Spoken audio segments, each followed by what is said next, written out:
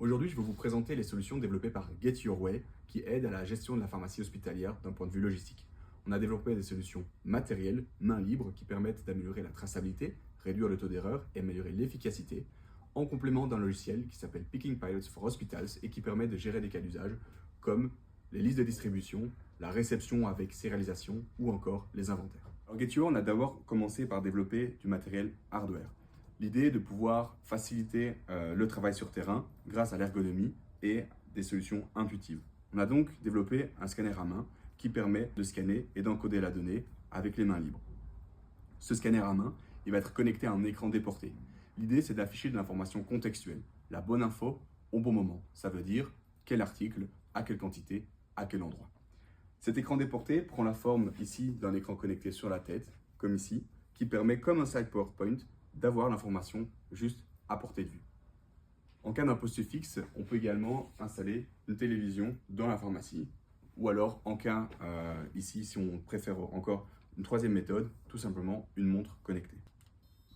Je vais donc allumer l'appareil, me connecter à la télé et ici également à la montre, comme ça vous pouvez voir ce que je vois en direct. Ici, hop, je vais juste connecter mon appareil complémentaire. Le système m'invite à m'authentifier. Je vais donc entrer mon code 001 et il va dire « Bienvenue Nicolas, bonjour sur Picking Pilots ». Ici, c'est le module de distribution qui permet de gérer les listes vers les unités de soins ou des listes patients. En tant que pharmacien, je peux voir ici qu'il y a des listes qui sont prêtes à être réalisées. Et donc ici, en tant qu'opérateur, je vois que j'ai deux listes. Effectivement, ici, deux listes sont disponibles. Je vais donc en sélectionner une, la liste de démonstration. La liste est téléchargée ici et je vais les voir article par article. On peut voir en haut de l'écran à gauche, ici, armoire 1, B1. Et donc, si je vais en armoire 1, B1, eh bien, je tombe sur le médicament ici. Je peux le scanner. Automatiquement, le GTIN sera vérifié, la date d'expiration et le numéro de lot seront enregistrés. Ici, il me demande d'en prendre 5. Si je veux modifier la quantité, je peux, par exemple, en mettant une nouvelle quantité et 4. Après, je prends l'article et je passe au suivant. Lorsque je suis en train de réaliser le picking, les informations sont aussi mises à jour sur la plateforme. Si je retourne du côté manager, ici, on peut voir que le picking est passé en in progress. Si on clique, on peut voir que les informations encodées ont été directement mises à jour, à savoir la quantité qui a été sélectionnée est de 4, le numéro de lot ici on le voit, et la référence qui a été scannée est celle-ci. Si je termine le picking, donc ici il me reste un article à sélectionner, armoire 1 à 1, le Dafalgan, je scanne le QR code, qui peut être aussi bien le QR code Datamatrix sur la boîte ou alors reconditionné. Un exemple est ici par exemple, qui peut directement lire tous les formats GS1. Je termine la liste ici et elle sera terminée sur la plateforme et la liste de distribution ici est terminée.